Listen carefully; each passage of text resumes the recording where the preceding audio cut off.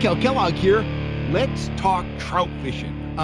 It's January here in Northern California. The water's cold, the water's muddy, and we've been fishing a lot of bait. We've been fishing a lot of bait on spinning rods just like that, primarily power bait, garlic flavored power bait. It is the most effective thing going on right now, and that's what we've been using. Now, last year, I had some spinning rods that were rigged up with mono, and then I had some that were rigged up with braid. And over the long haul, I found the braid to be far superior to the mono. Has a longer life, it's stronger, it casts further, and it's more resistant to line twist. Those are all positives, and I made the transition to braid on all my spinning rods. But what I'm finding this year, we're sitting in the boat, and if I'm fishing off the bank, a lot of times I'll put the spinning rod in a holder and do that trick where you hang the bobber down between the eyes, and that kind of acts as a strike indicator and gives the fish some slack.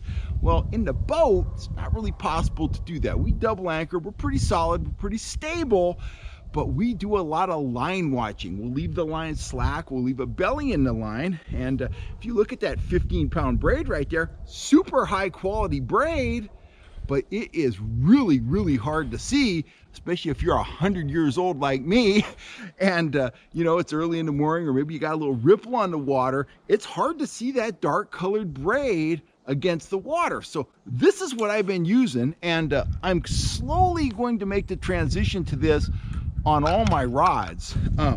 What I have here, this is actually a Christmas present to me. I have two of these, basically two of these. One is a Penrod, this one is a Shimano.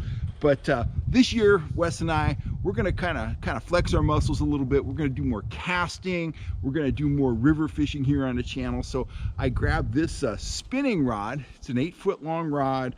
It's a 40 size reel, basically a light steelhead rod, but I'm going to use this for doing some casting for big trout. I'm also going to use it for fishing some big rivers, so I got plenty of length, and I can handle really big fish.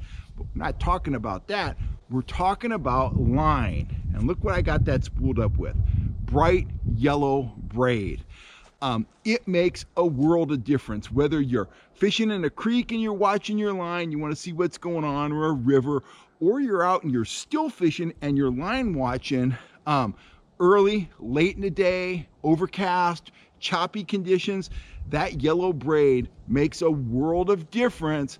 And right now when the water's cold, it's critical for you to see those light bites. And one of the best ways to accomplish that is by being a line watcher. But you can't watch the line if you can't see it, right? So I'm making the transition to yellow and chartreuse braid. I have about a 24-foot, 8-pound test fluorocarbon top shot on there.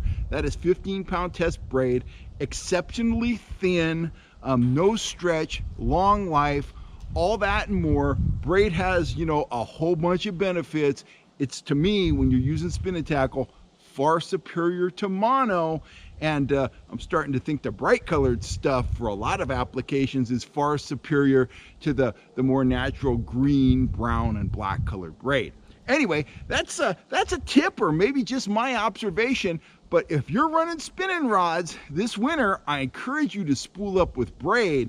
And if you want the optimum spinning setup, spool up with some kind of braid that you can see real well, whether you go with the white, the yellow, the bright orange, the chartreuse, whatever. Load that up with braid, load it up with some braid that you can see. You're not gonna miss many bites out on the water, and you're gonna have a line that's gonna last you for the entire season.